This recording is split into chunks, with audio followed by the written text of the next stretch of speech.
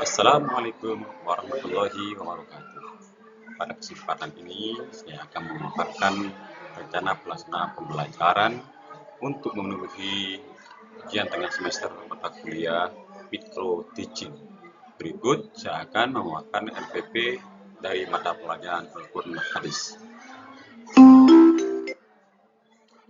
Satuan Pendidikan MA dan Ulum Baraim, mata pelajaran Al-Quran Hadis. Kelas semester kelas 10 semester ganjil. Materi pokok Al-Quran adalah wahyu Allah. Para KD 3.1 dan 4.1. Alokasi waktunya 2 kali 45 menit. Tujuan pembelajaran melalui kegiatan mengamati, menanya, mengeksplorasi, asosiasi, dan mengkomunikasikan peserta didik mampu 1. Memahami materi tentang pengertian Al-Quran menurut para ulama dan nama-nama Al-Quran dengan baik. 2. Menyajikan kesimpulan materi tentang pengertian Al-Quran menurut para ulama dan nama-nama Al-Quran dengan baik. 3. Mengkomunikasikan materi tentang pengertian Al-Quran menurut para ulama dan nama-nama Al-Quran dengan baik. Media dan alat yang digunakan, medianya berupa worksheet atau lembar kerja siswa, 2 lembar penilaian, 3 menggunakan LCD untuk menampilkan slide presentasi materi tersebut.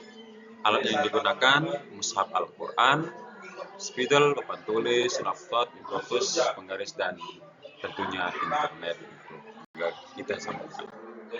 Kegiatan pembelajaran, pendahuluan.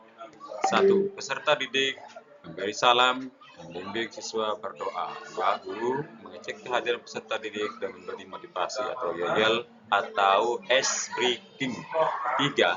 Guru menyampaikan tujuan dan manfaat pembelajaran tentang topik yang akan diajarkan. 4. Guru menyampaikan garis besar cakupan materi dan langkah pembelajaran. Kegiatan inti.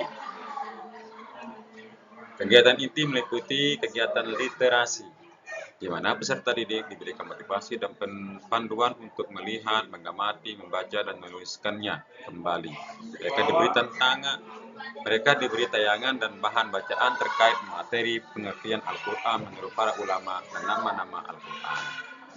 Kemudian critical thinking atau berpikir kritis, dengan cara guru memberikan kesempatan untuk mengidentifikasi sebanyak mungkin hal-hal yang belum dipahami, dimulai dari pertanyaan faktual sampai ke pertanyaan yang bersifat hipotetik.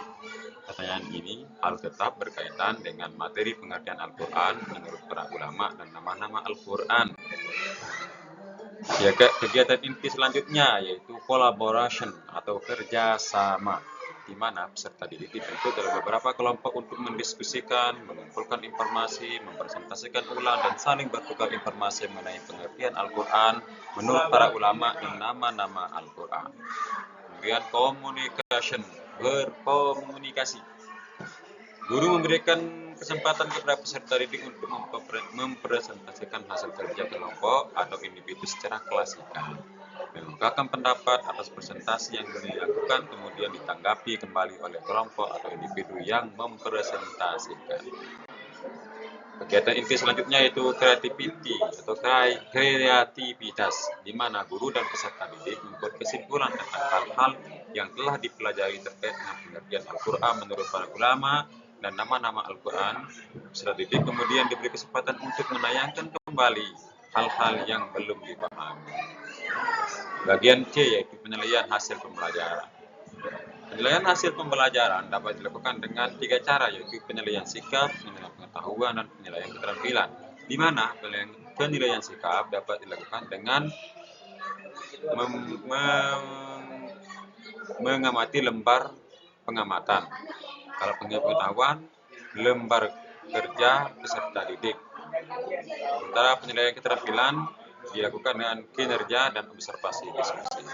Berikut model RPP yang saya tayangkan, mulai dari rencana pelaksanaan pembelajaran, kemudian identitas satuan pendidikan, tujuan pembelajaran, media dan alat, kegiatan pembelajaran dimulai dari pendahuluan, kemudian kegiatan inti yaitu kegiatan literasi, critical thinking, collaboration atau kerjasama, komunikasi atau berkomunikasi, dan kreativitas. Kemudian yang bagian C itu penilaian hasil pembelajaran yang dilakukan.